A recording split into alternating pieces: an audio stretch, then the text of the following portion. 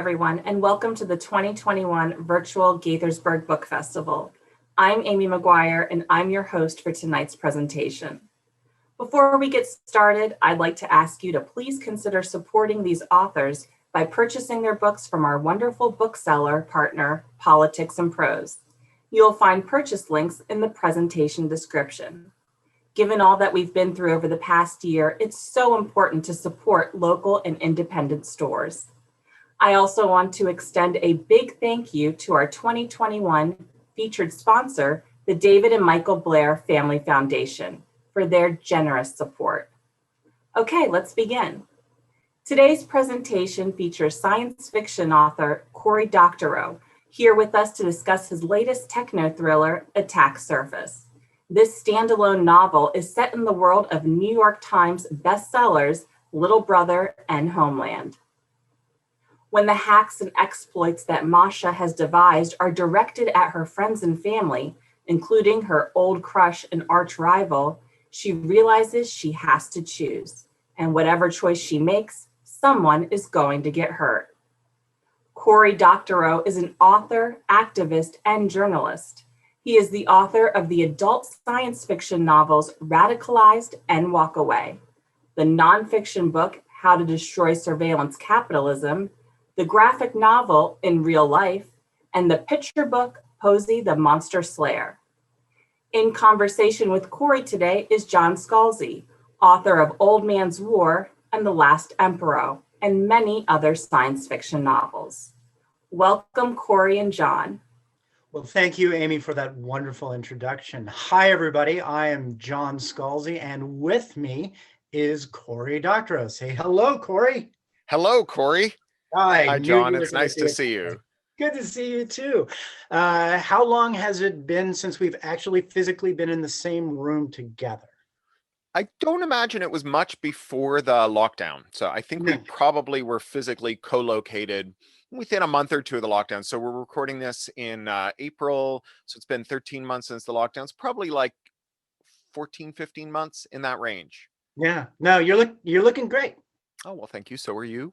Yeah, thank you. I've been enjoying your updates and pictures of the new dog on your blog. I like that we're both still blogging. You are in fact the senior blogger in this relationship, I believe. Yeah, no, it's true. It's one of those really funny things I think about. I had been thinking about when I was preparing questions and getting ready for this thing of just actually how long we've both known each other, which goes back to 2003, and how long we've actually been cognizant of each other, which goes back even further than that. I mean, you are one of my earliest relationships in the world of science fiction and fantasy.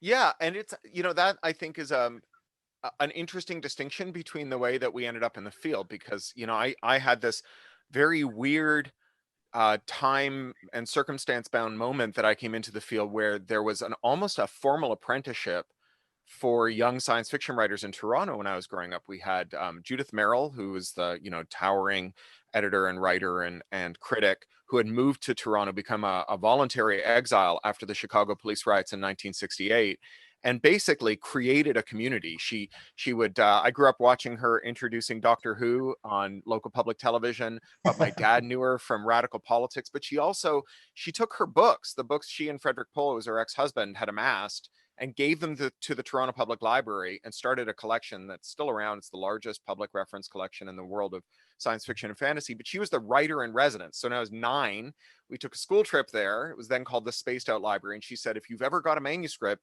just bring it down. And I had a transit pass and a fanfold printer that what are they called, dot matrix printer. And so I would bring her fan-folded manuscripts starting from about the age of 10 or 11.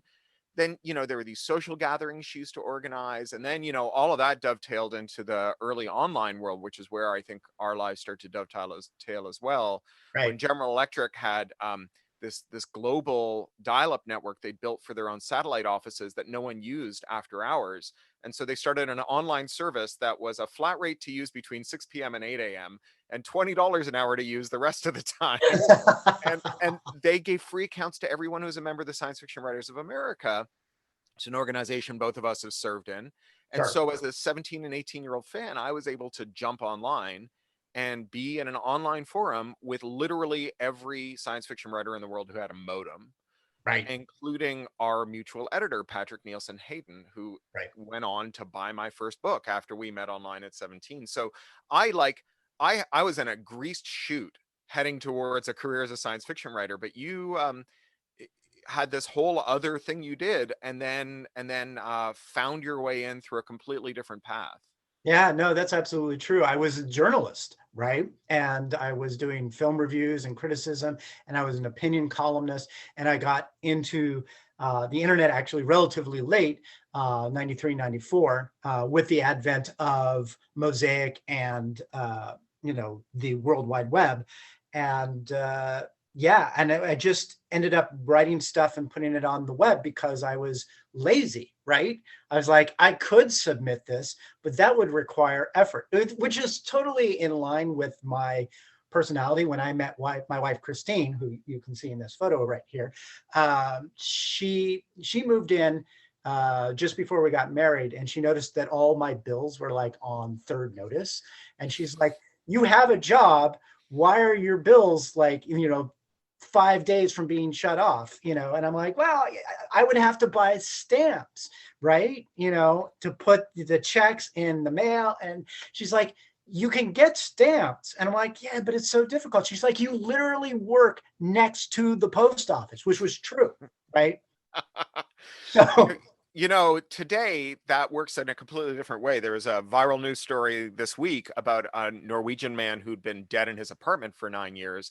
And one of the reasons they said, well, normally if you're a difficult shut-in, he'd been like married several times, it was estranged from all of his exes and so on. And he clearly, like, all of his neighbors hated him. And that's why he rotted there for so long. But they said, historically, we would have figured out that you were dead after like a year at the most. But because he had automatic bill pay, it was only once all of his savings had been drained by the autopilot that was paying his bills that they figured out that his mummified corpse was in his apartment.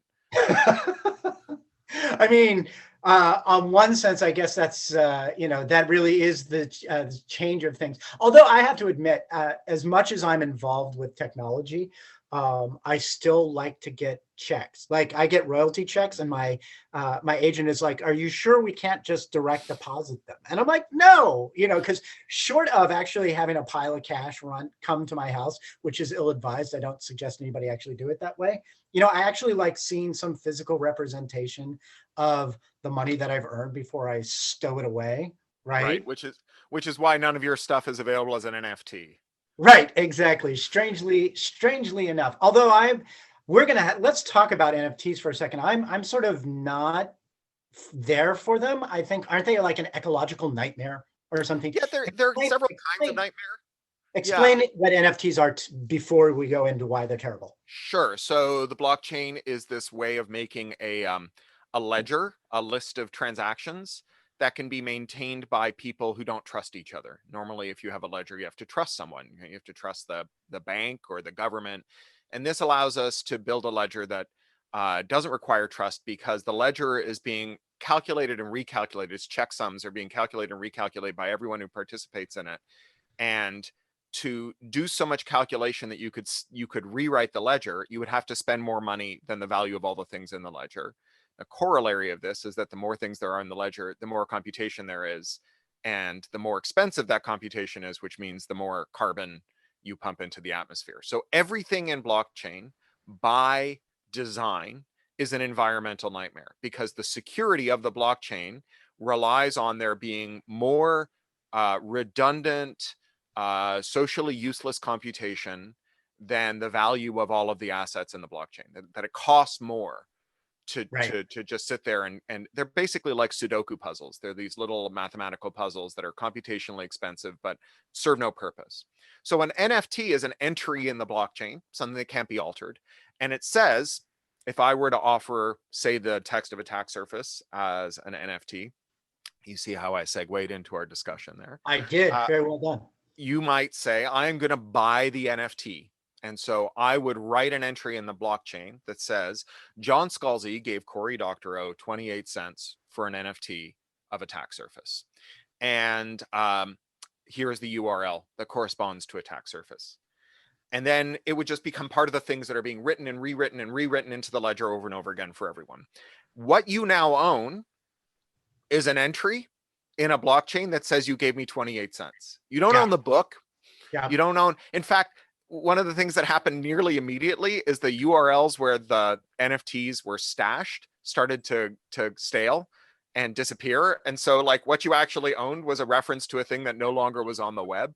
And so, you know, there are arguments that go like, well, this is actually quite good because it's a form of patronage. It's just a way of tipping a writer that you love or an artist that you love.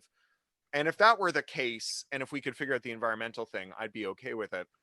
But I don't think that's the case, because the reason NFTs went bananas and there was so much money in them is because they're a speculative asset. Right. And speculative assets aren't just a way to make money for socially useless activity. They're also a giant form of money laundry. Yeah.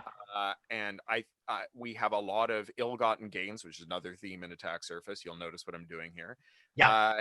In our economy. And one of the ways that those ill-gotten gains turn into your name on a university building as a pillar of the community is if you can launder it through some speculative activity where you can effectively obscure the origin of your money. And that, I think, is what is actually going on, what's driving it. And over again, all of these asset bubbles have been driven by crime, right? By corruption. You know, for about a year, maybe two, almost all of the real money that entered the blockchain started off denominated in renminbi, the Chinese currency. And it coincided with the advent of strong currency controls as part of an anti-corruption crackdown, because local Chinese officials were stealing all the money. And so this was a way for local Chinese officials to steal all the money and get it out of China. And then it turned into things like real estate investment trust shares, which drove up the price of housing in our great cities so that nobody could afford to live there. So it had real world consequences outside of China and inside of China.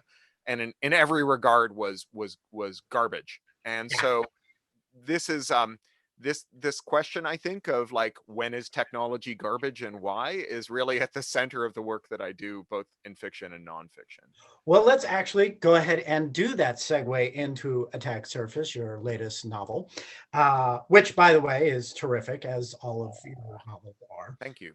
You're welcome. I'm not just saying that because I've known you literally, since 2003, and we've come up in science fiction together. Although, I remember very specifically, before we get there, that there was one point in 2003 at TorCon, which was the convention where we met, where I was hanging out with you and Charlie Strauss and Scott Westerfeld, and just sort of like looking at you guys and be like, oh, you guys are awesome. Wouldn't it be so cool if like one day we were like we knew you would be awesome someday too.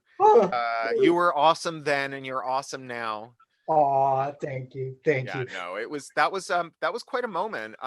One of the things that I've missed, speaking of environmental devastation, in the last year has been my chance to destroy my child's future by jetting around the world, rubbing elbows with people like you.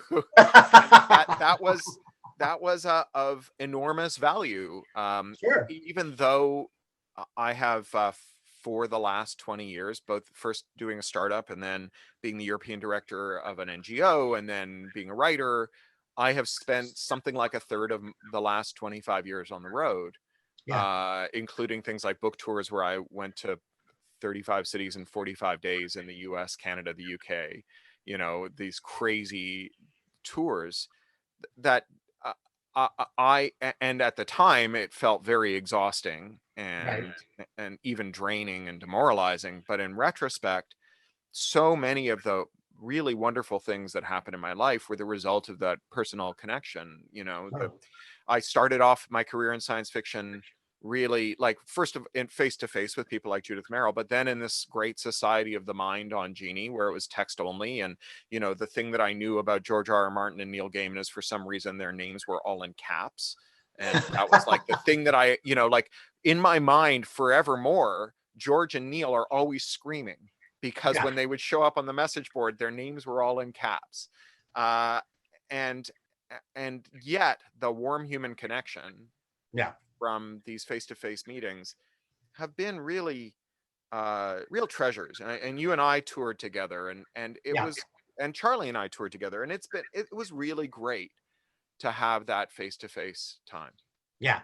No, I think this is one of the things that actually is a really interesting theme in your books, because your books are so about technology, but what they are also about are about the connections that the characters have to each other and how they evolve over the course of time and how they build and how technology not augments them, but also, in a positively and negatively impacts what's going on.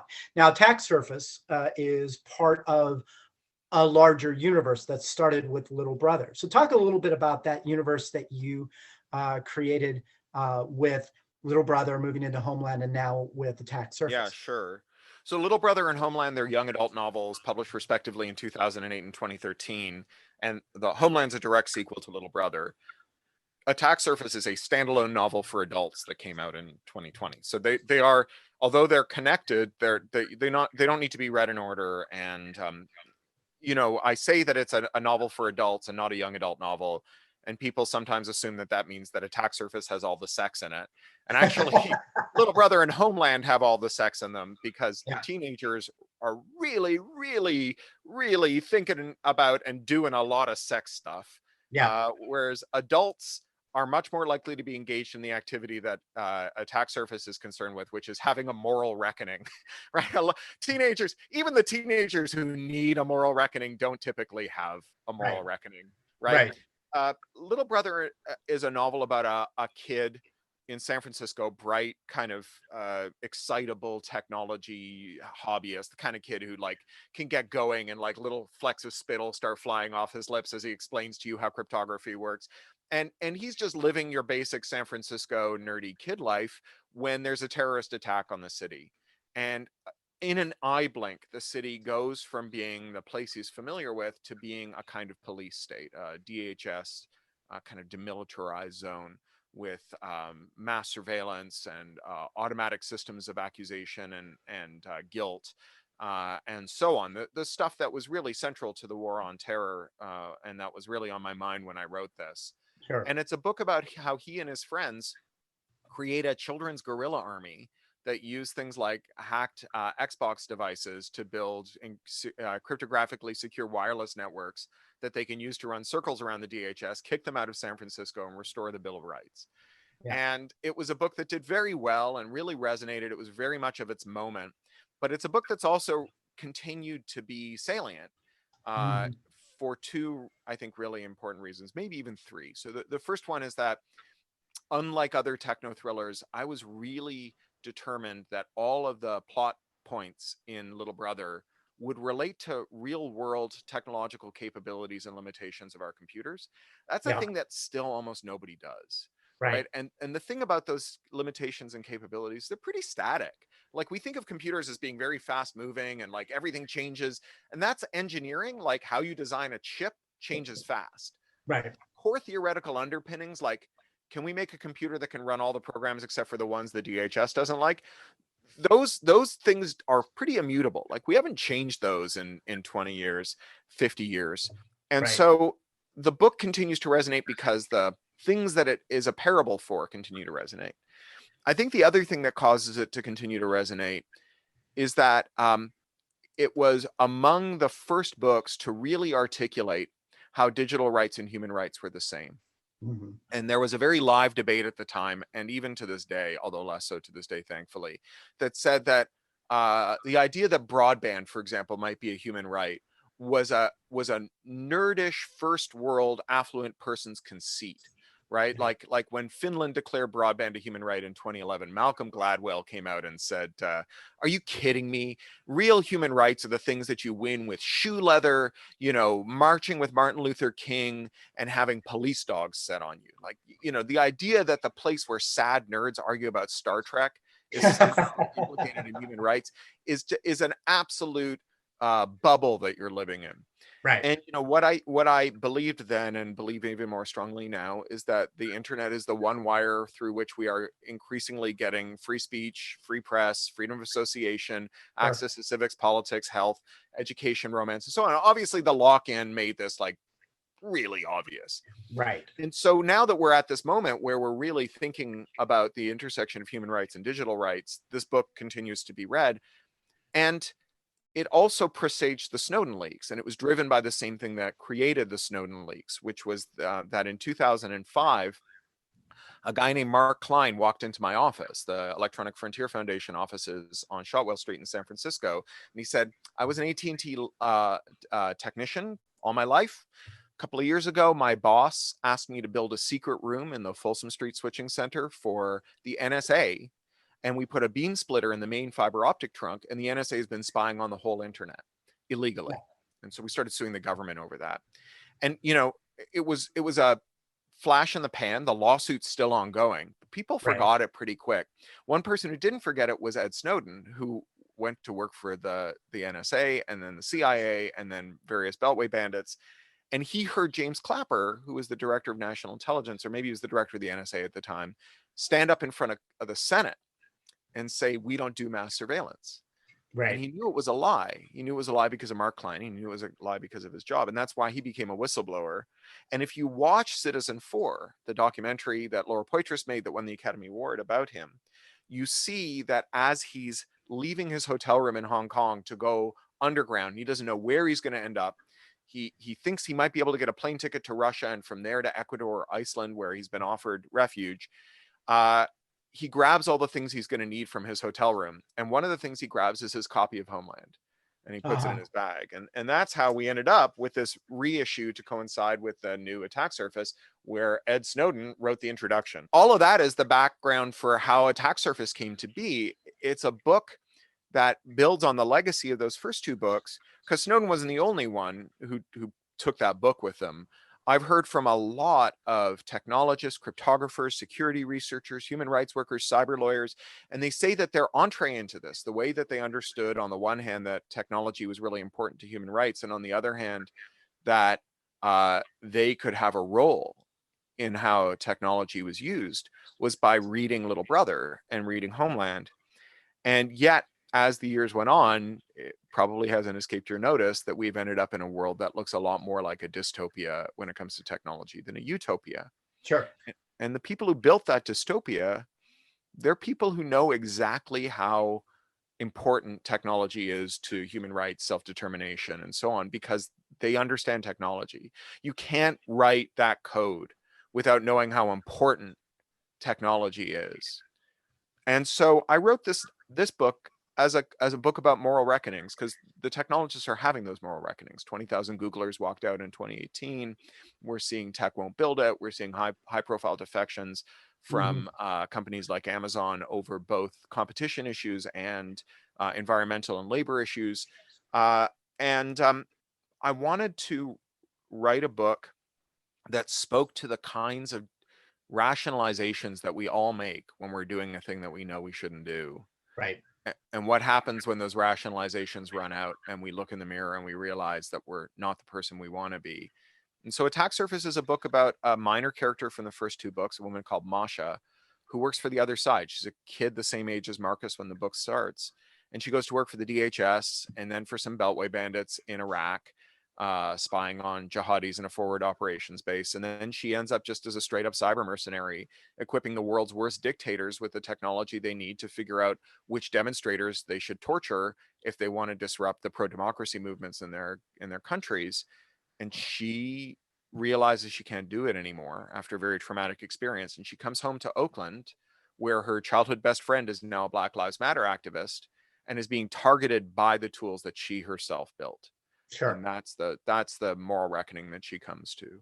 It seems to me, in a very real sense, and you've outlined it in talking about the fact that what you've written has had real world consequences and how people are looking at these particular technologies and their integration with them, that you are essentially carrying the audience that you built with Little Brother and Homeland with you to Attack Surface. In many ways, you couldn't write another YA in this universe and still speak to the same people, and yet you still have things to say to the people who grew up with those first two books.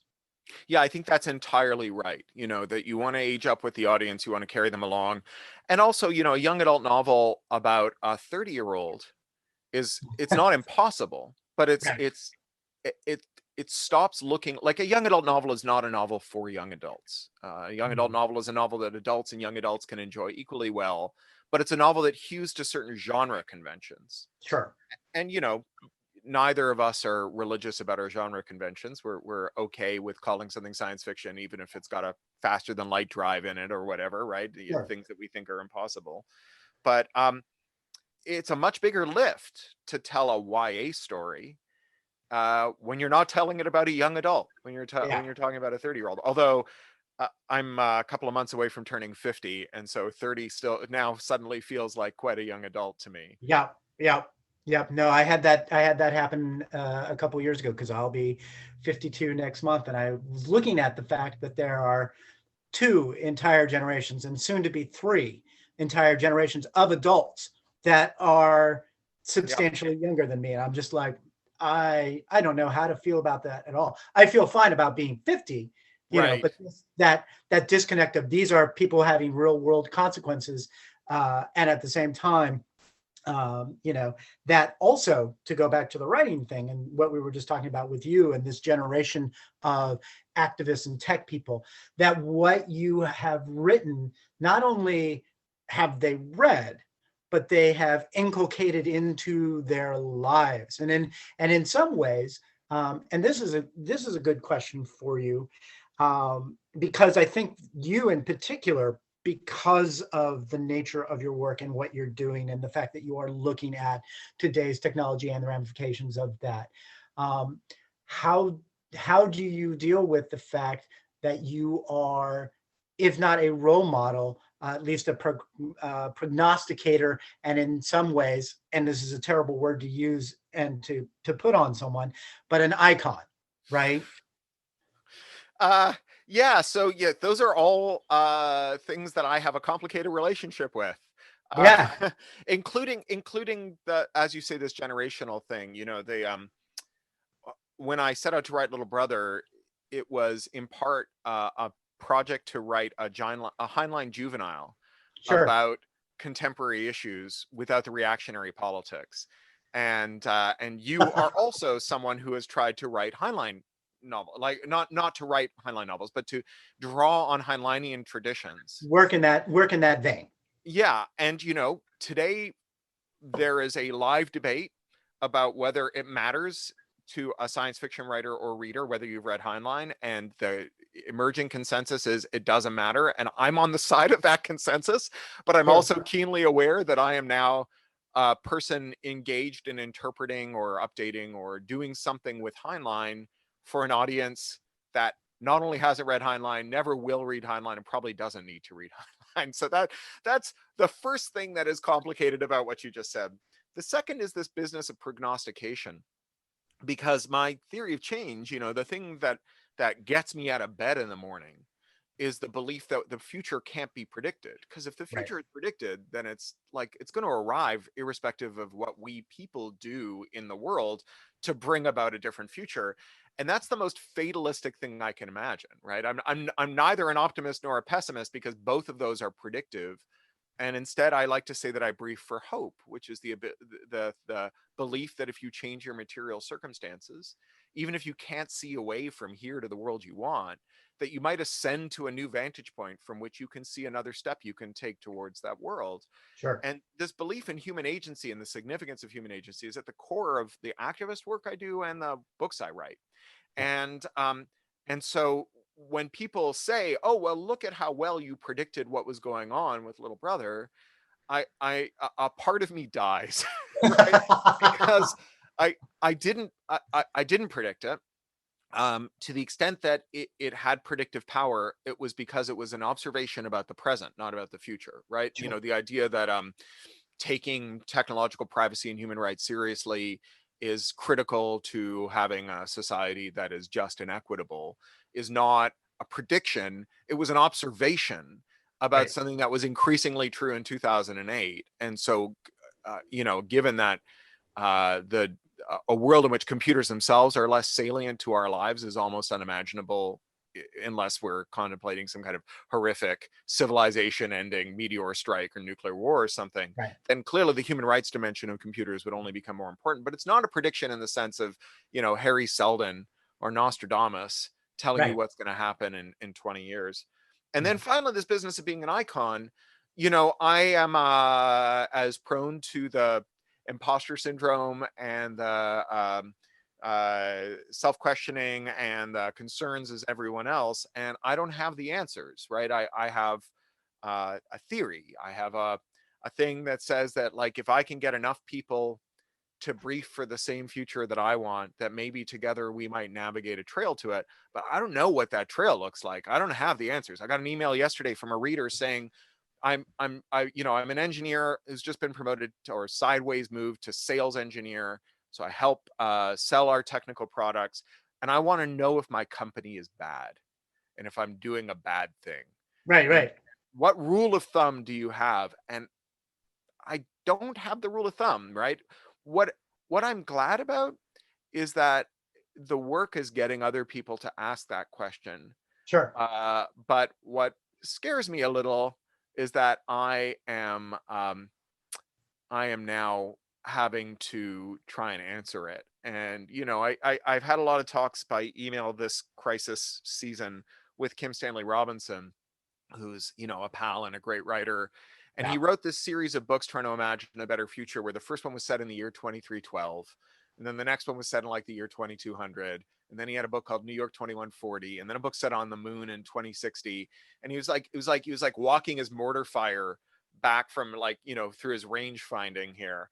And then he wrote this book that came out last year called the Ministry of the Future, Ministry for the Future, that really tries to walk through a from today to a better world path. And I loved the book, but I also wrote a review that was somewhat critical of it because there's a lot of hand waving, Sure. and it's hard. It's really hard to not hand wave that, to not say, and then something happened. Sure. Something happened here, and then the next day we were someone else. And you know, I think that's in part because that's how the people who live through it feel it too. You Right. know, the transformation of the web from this incredible place where a million little yeoman farmers set up their homesteads to 5 giant websites filled with screenshots of text from the other 4 Mhm. happened on my watch while I was paying keen attention, and I couldn't tell you what the mechanism was of it, right, Right. in detail. And so I think, you know, if you're going to be an icon, you should know the answer. You should have a theory of change. You should be an oracle. And I'm in no way suited or capable of being that oracle. How dare you admit human weakness, Cory? Yeah, I know. You've failed entirely.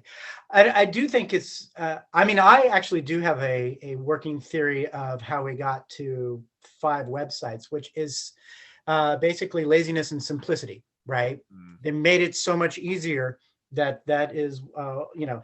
And again, So let's for the record, I disagree with that, and I think it's all about antitrust. But the mechanism by which anti-competitive activity led to that is the thing that I can't articulate crisply. But I do Right. think that it's just like, if you look at the companies, the way that they grew is that people who weren't lazy, like people who are like, oh, I really hate Facebook and Mark Zuckerberg, I'm leaving for Instagram. The way that they ended up still on Facebook is Mark Zuckerberg observed this phenomenon and violated antitrust law by buying Instagram for the Right. express purpose of reducing competition and consumer choice. So Right. I think there is another explanation there. Right. But when I'm talking about it, I'm not talking about the people who are in the tech world. I'm talking about the people who are served by the tech. No, that's what I mean too, right? Like the people Right. who were like Facebook users, who were, you know, famously the people who came on board, who were, you know, not necessarily super technical, didn't want to use a command line interface or clunky web form, and they're there in Facebook for the usability, ease of use, even relative to something like MySpace. You know, they dispense with a lot of MySpace customization options, which were targeted at a more technical audience. As those people, right, the you know, the people who were not super technical sophisticates began to leave Facebook in droves for a competitor, Facebook bought that competitor. So Sure, I don't think sure. that you can attribute that to laziness, because it's the opposite of laziness, right? It's like it's people taking affirmative steps to distance themselves from a service that was trying to enclose the web, Sure. and who were then re-enclosed, right? Yeah. The place that on the other side of the walled garden was annexed by the walled garden. Right. This is basically the putting the fence around the frontier. Yeah. Yeah. Yeah. What I want to go back to the thing where you're talking about, because when we were talking about the prognostication, I think you're absolutely correct that science fiction authors, if the science fiction authors could predict the future, they wouldn't be science fiction authors, right? They would be Yeah, they'd be stock speculators. right, exactly. But I think one of the things that we do, and I think this is one of the things that you were doing to some extent in this series of books, is positing, okay, if this, then this, right? And the thing is, because, and in your case specifically, because you were working from today's technology, there was a better chance, not that the prognostication would come true, but that given your knowledge of the field, given your knowledge of the technology, which was not surface, but was in fact fairly detailed, that you saw pathways to its use and implementation that were obvious to you, but weren't necessarily obvious to other people. Therefore, when they became true, you got some credit for knowing. Something like that. Yeah. I mean, what I would say is that like there were people who were that having a pretty deep technical understanding meant that when I surveyed the landscape of people who claim that they knew how to use technology to enhance human rights, I was reasonably good at sorting the charlatans from the people who were promising. Right. And that I could then, given that they were proposing to do something that was possible and desirable, I could then plot a future in which it was present, right? Right. And some of those technologies still remain latent. And Attack Surface describes a bunch of technologies that are, kind of laboratory or proof of concept technologies that exist but are not in widespread use, in part Right. because they're countermeasures for technologies that aren't in widespread use yet either. So things like glasses that have patterns in them that confuse facial recognition tools Right. are not in widespread use for a couple of reasons. One of the main ones is that facial recognition in public spaces is not as common as it might be in a few years. And to the extent that it is present in people's lives, they're not yet aware of it. They don't know about the harms. And Sure. so it feels futuristic, even though it's a thing that, people have demoed, Right. and stipulate or positing that it might become more widely used in the future is really positing that people will care more about facial recognition in the future due to a mix of an increase in the use of facial recognition Sure. and the harms that arise from that increased use. Right. Well, this is one of the things that when I was taking notes about what I was going to talk to you today, the technology that you are talking about when there were speculative elements was not even so much, the expression is 5 minutes in the future. For me, it felt that was too far. It was more like 30 seconds in the future. And it's because, like you said, it's like this stuff's already being demoed now. Yeah. And it's also, it's like it's a specific kind of deliberate intervention to write about technology that exists today being used in ways that it's not being used yet. And it's a way of arguing against the inevitability of our current moment.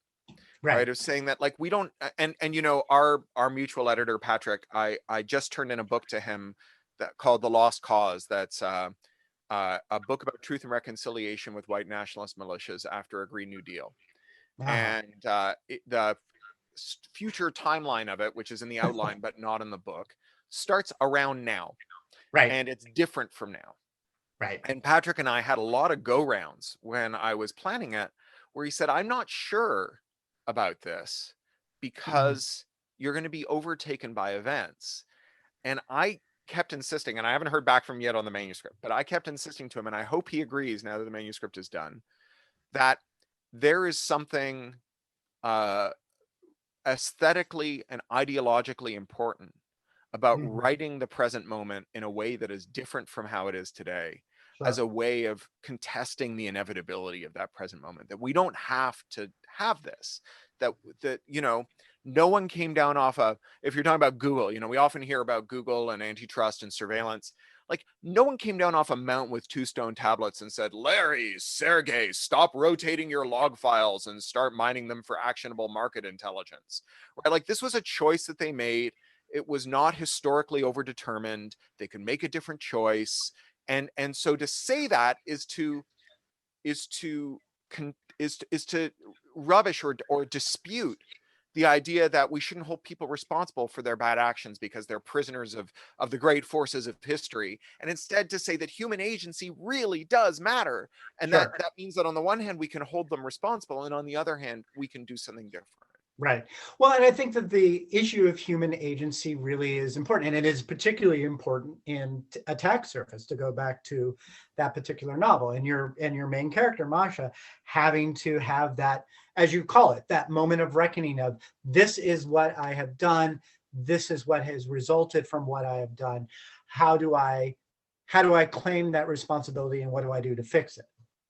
Yeah, and Masha, her rationalization, like a lot of our rationalizations, are driven by this kind of implicit idea that the great forces of history have borne down on her. And if she didn't do the surveillance work, no one would do the surveillance, or someone else would do the surveillance work, that her individual choices are irrelevant. And there's a sense in which that's true. Like, I'm really skeptical of consumerist accounts of the world where, like, if only we bought things from the right companies, that we would reach a better outcome. That, I think that was more true 40 years ago when there was vigorous antitrust enforcement. But like, these days, 2 companies make everything in your grocery aisle: Procter and Gamble and Unilever.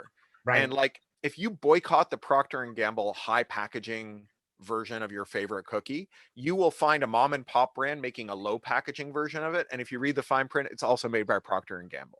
Right. Sure. So your consumer action, your individual action, has no effect on systemic problems, but systemic responses, joining a movement, does.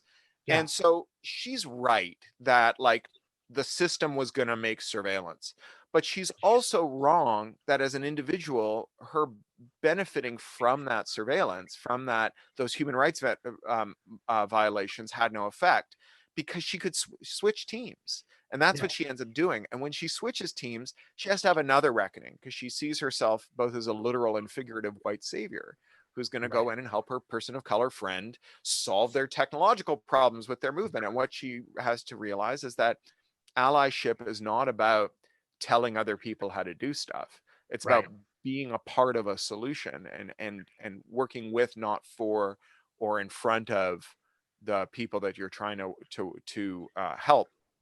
And all of that is stuff that I reckon with all the time myself in my own work, and in the way that I think about what I do. And it's not easy. It's like, it's a hard thing that we're going through. And I agonize endlessly over things like whether I should order something from Amazon. And then I think of people like Zephyr Teachout saying, like, if you have 2 hours to organize a protest against monopolies, and you waste 1 hour driving around trying to find someone else to sell you the signboards and the markers because you don't want to buy them from Amazon, you are not helping the anti-monopoly cause. You hurt Amazon more by buying the markers and poster board from them and spending the extra hour getting more people out to your demonstration than you do trying to find a mom and pop office supply store. Right. Yeah. Well, no, and I think that is the really important thing, which is that, again, life is about the choices that you make. What are you trying to achieve? What is the best way to try to achieve those objectives? And, sometimes do you have to make compromises on the way to doing that? Yes and no. And then you have to weigh the moral and logistical issues of that. Well, and it's such a mind palace, right? Because the idea that unless you live your life in a pure way, you are impure and irredeemable, is a path to one of 2 things, right? Either nihilism, where you're like, well, I guess I've sinned, right? And I can't be redeemed, so I might as well just, like, switch to an all spotted owl egg omelet diet, right? Or it leads to paralysis, right? Bruce Sterling is, a great hero and mentor of mine.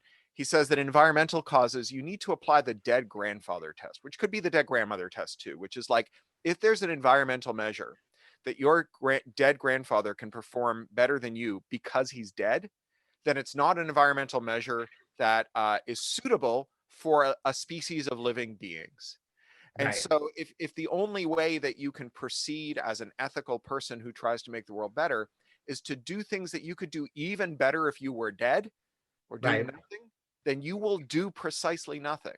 And so, yeah, living in that difficult tension, and writing this book was an exercise in living that difficult tension, Sure. you know, is super important. It's really like the key to finding a path through this moment we have of multiple overlapping emergencies, climate and epidemiology and economic, where, you know, we can either cede the ground to people who don't care about the ethics of things because Mhm. we're too busy kind of trying to make sure that we're not stepping on a blade of grass on our way to the environmental protest, or we can seize the moment, right? We can seize the means of computation. We can recognize our frailty, acknowledge it, not put it aside, live with it, vow to do better, and not let the fact that we're imperfect stop us from taking action to make the world a better place. Right.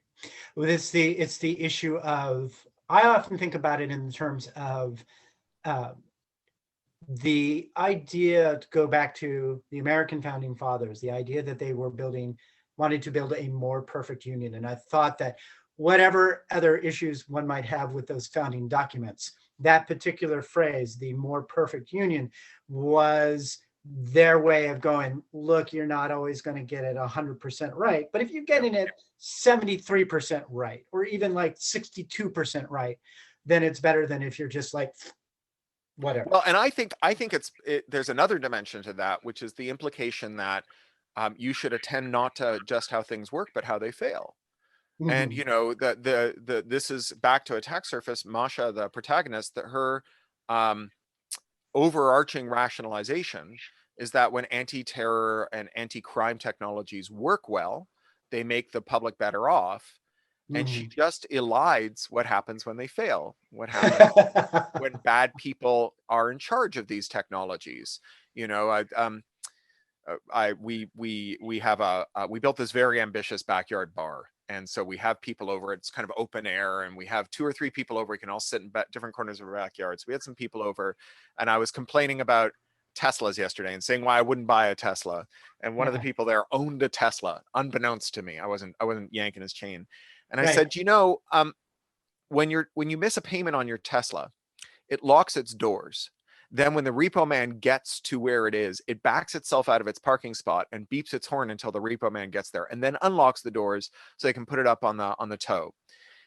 And that's great if all you're doing is repoing cars from deadbeats. But Right. what happens if someone loses control of that facility, right? Like what happens if a bad guy starts to work for Tesla, or if Tesla loses control of a password, or if there's a defect in the product that allows third parties to seize control of it even without having the password. You know, what happens when this system is failing is like legitimately terrifying.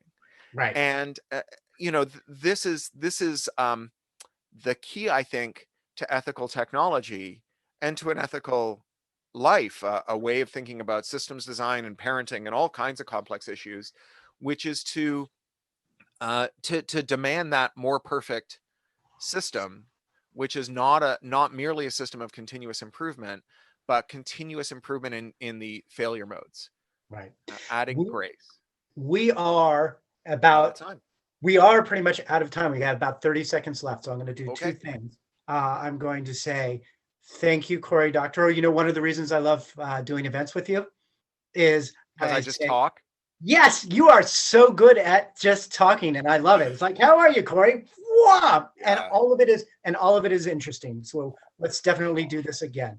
And then second, thank you to the Gaithersburg Book Festival virtual this year for having both Cory and I here. Please check out all the other excellent programming that they're doing this year. You're not going to regret spending your time at this book festival.